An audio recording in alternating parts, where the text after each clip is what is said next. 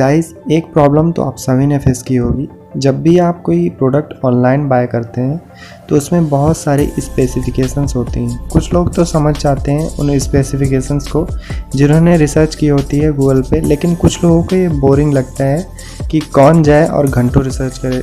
बहुत सारी रिसर्च के बाद मैं आप लोगों के लिए वीडियो लेकर आया हूँ। आज मैं प्रोसेसर के स्पीड के बारे में बताऊंगा कि प्रोसेसर के स्पीड को किन किन तरीक़ों से मेज़र किया जा सकता है, या ऐसे कौन कौन से कंपोनेंट्स हैं जिनसे यह पता लगाया जा सकता है कि प्रोसेसर की स्पीड कितनी है। प्रोसेसर की स्पीड को मेज़र करने के 3 तरीके हैं। जब भी आप कंप्यूटर या लैपटॉप या कोई प्रोसेसर बाय करते हैं तो सबसे पहली चीज़ है जिसे आपको चेक करना है वो है क्लॉक स्पीड, जिसे clock rate, clock pulse, processor speed या क्लॉक फ्रिक्वेंसी भी कहा जाता है। और दूसरी हमारी core and threading, and third is turbo boost technology. आज हम पहले वाले टॉपिक क्लॉक स्पीड के बारे में जानेंगे। सो अगर आपको अच्छे से समझना है कि क्लॉक स्पीड क्या होता है तो वीडियो को लास्ट तक बने रहिए और अपने सारे डाउट्स क्लियर करके जाइए। I hope this video will be very helpful for you all. So let's get started.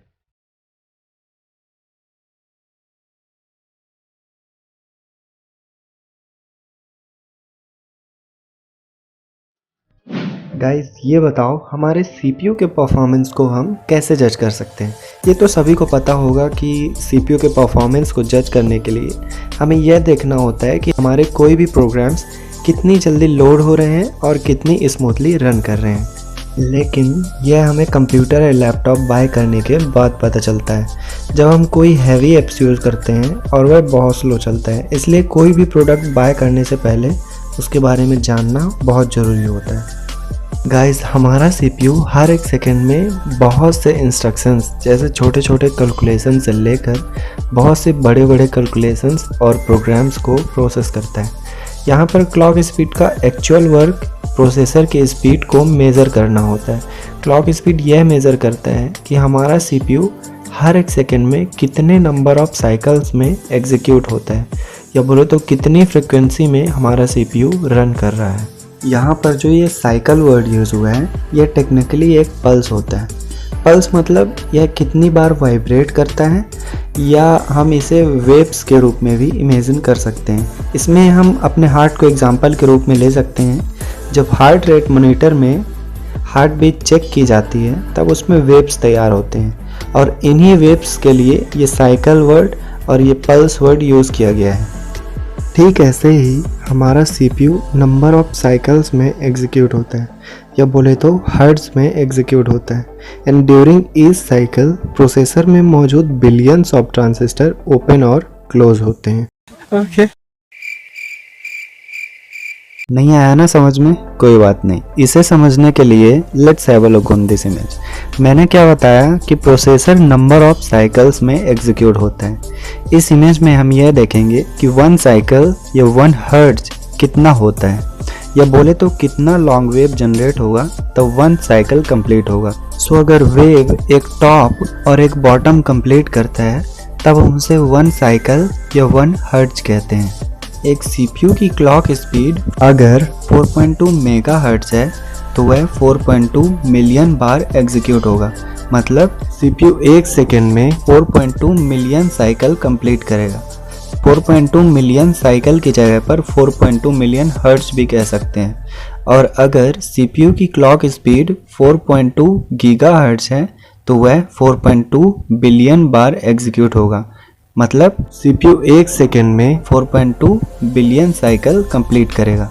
Modern CPUs के स्पीड को मेगाहर्ट्ज में मेज़र नहीं किया जा सकता है, उसे गीगाहर्ट्ज में ही मेज़र किया जाता है, क्योंकि मॉडर्न CPU का आर्किटेक्चर बहुत अच्छा है पुराने CPUs के कंपैरिजन में।